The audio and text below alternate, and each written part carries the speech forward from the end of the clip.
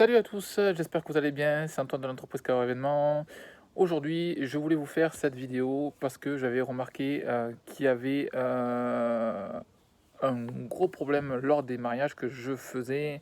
Enfin, un gros problème. Un mariage, si vous voulez, si vous voulez, c'est plein d'enchaînements de petits détails qui vont faire que votre mariage soit juste magnifique et qui va faire que l'ambiance va se ressentir sur la soirée dansante plus tard. Vous allez voir dans cette vidéo, on va aller au vif du sujet. Donc, dans ces 5 conseils, c'est sur le placement des tables. Faut-il faire, donc, du moins, on va commencer par le conseil numéro 1, le placement donc, des anciens. Alors, le placement des anciens, c'est super important. Pourquoi c'est super important? Tout simplement parce que il y a beaucoup trop de futurs mariés qui placent les anciens devant la sono. Alors, pourquoi il ne faut pas placer les anciens? Alors, quand je parle des anciens, c'est bien sûr généralement, les anciens, c'est les parents, grands-parents des futurs mariés que vous mettez devant la sono du DJ. Heu, Pourquoi il ne faut pas placer les anciens devant la sono? Parce que tout simplement, quand vous allez faire votre entrée en salle, quand vous allez faire, vos ouvertures de bal, quand vous allez faire la pièce montée ou tout simplement des discours, eh bien, nous, ce qu'on va faire, eh bien, on va monter le son pour que tout simplement tout le monde puisse entendre.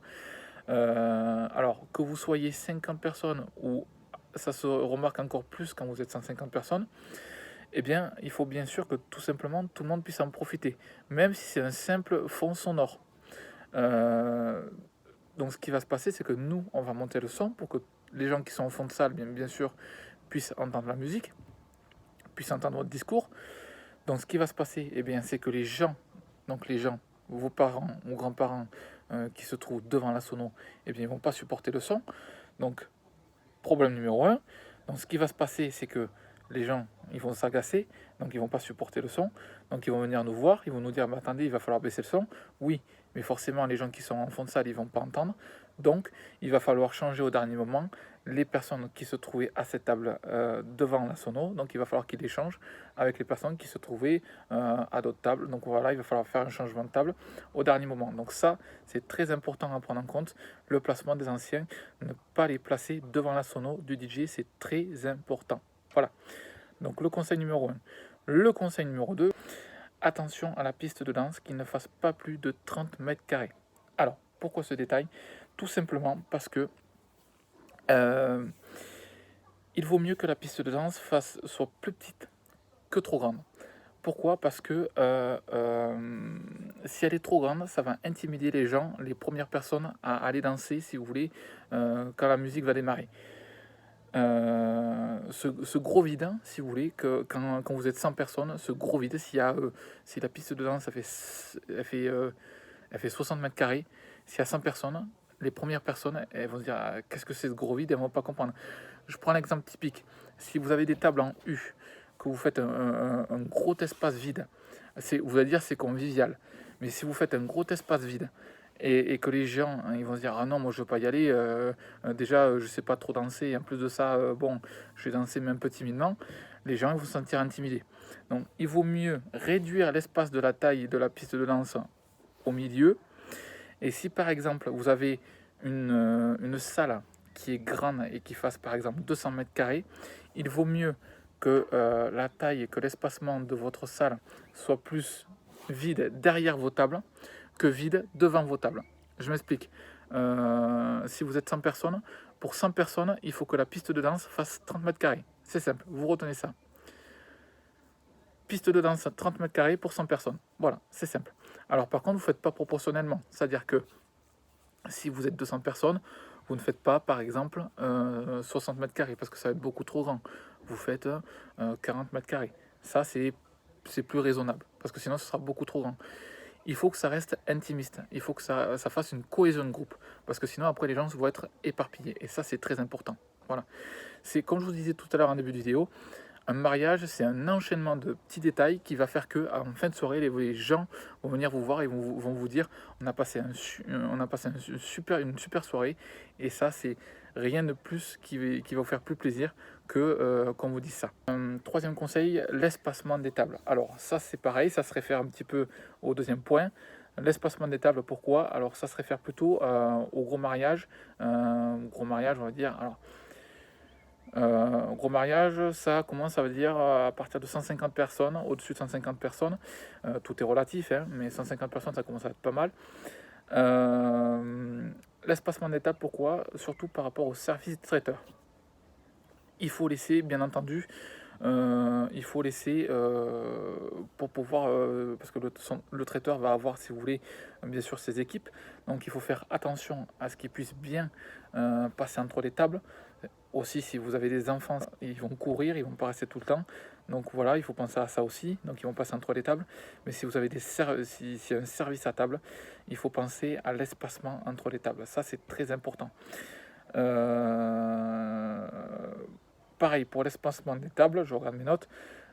Surtout, ça se réfère aussi à la piste de danse, comme je disais, faire bien attention à laisser l'espace pour non seulement la piste de danse, mais aussi pour le DJ. Parce que souvent, on me demande combien d'espace il vous faut pour le DJ. Alors, tout dépend. Je ne pourrais pas vous répondre dans cette vidéo parce que tout dépend de la taille, tout dépend de ce qu'il ramène comme matériel. Ça dépend de plein de choses. Ça dépend de ce que vous avez choisi comme pack avec le DJ. Ça dépend vraiment de plein de choses. Voilà. Quatrième point. Est-ce qu'il faut se prendre... Alors, est-ce qu'il faut se prendre la tête pour faire un placement de table lors de mariage? Ça, j'ai envie de vous répondre, c'est propre à tout un chacun.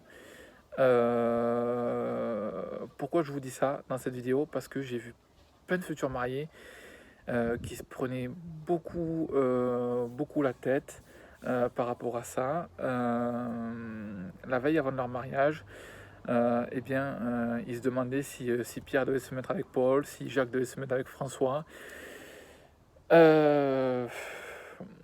Moi, après, ça concerne juste mon avis personnel. J'ai envie de vous dire, laissez faire. Après, ça, voilà, c'est vraiment juste mon avis personnel. C'est juste que, voilà, ce qui va se passer, alors ça va rejoindre le cinquième point que je vais vous partager dans cette vidéo, mais s'il faut se prendre la tête ou pas, moi, j'ai envie de vous dire non. Après, c'est mon avis personnel, mais voilà, disons que ça augmente beaucoup le stress la veille du mariage. J'ai envie de vous dire pour rien, parce que les gens, il y a certaines personnes qui vont vous dire, moi j'ai envie d'être avec cette connaissance-là, cette connaissance-là.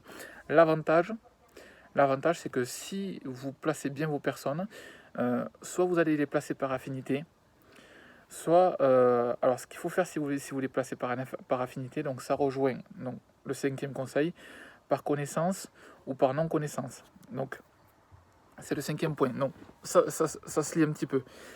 Le danger que... Donc, je ne vais pas me perdre pas dans la vidéo, mais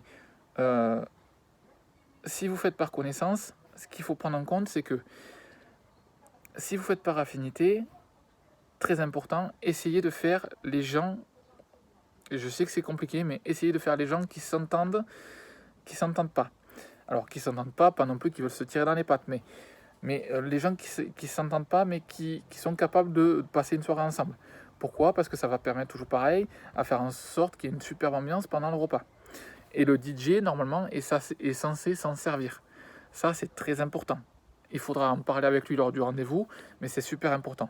Voilà.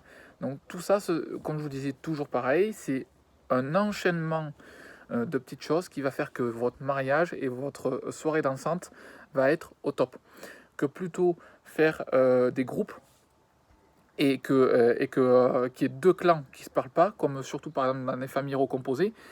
Souvent, des fois, ça arrive, il y a des familles recomposées, ils ne se parlent pas. Et voilà, et à table, ben, il n'y a pas d'ambiance, ou voilà, on entend juste le fond musical. Ben voilà, c'est dommage. Donc, si vous faites un plan de table, pensez à ça. Donc ça, c'est vraiment très important, ces deux points, le 4 et le 5. Est-ce qu'il faut se prendre la tête pour un placement lors d'un mariage? Si vous vous prenez la tête, à la limite, voilà, pensez au point numéro 5, par connaissance, ou si c'est par connaissance, eh bien faites en sorte qu'ils se mélangent, mais des gens, voilà, qui sont capables de pouvoir s'entendre lors d'un mariage. Ça, c'est très important. Voilà, donc c'était les 5 points que je voulais vous partager dans cette vidéo. Donc, placement des anciens, pas devant la sono. Attention à la piste de danse pour 100 personnes, 30 mètres carrés. Pensez bien à ça. Le point numéro 3, l'espacement des tables. Le point numéro 4, attention, est-ce qu'il faut se prendre la tête ou pas? Et le point numéro 5, par connaissance, par connaissance ou par groupe. Voilà, vous réfléchissez, revoyez la vidéo, revenez en arrière. J'espère que cette vidéo vous aura été utile. N'hésitez pas à me poser des questions dans les commentaires en dessous de cette vidéo YouTube. Cliquez dans les petites vignettes qui vont apparaître ici et là, pour vous abonner à la chaîne et la petite vidéo là pour voir mes précédentes vidéos. Voilà. Je vous dis à très bientôt. C'était Antoine de l'entreprise Car Événement. Et bon courage si vous vous mariez cet été. À très bientôt. Ciao.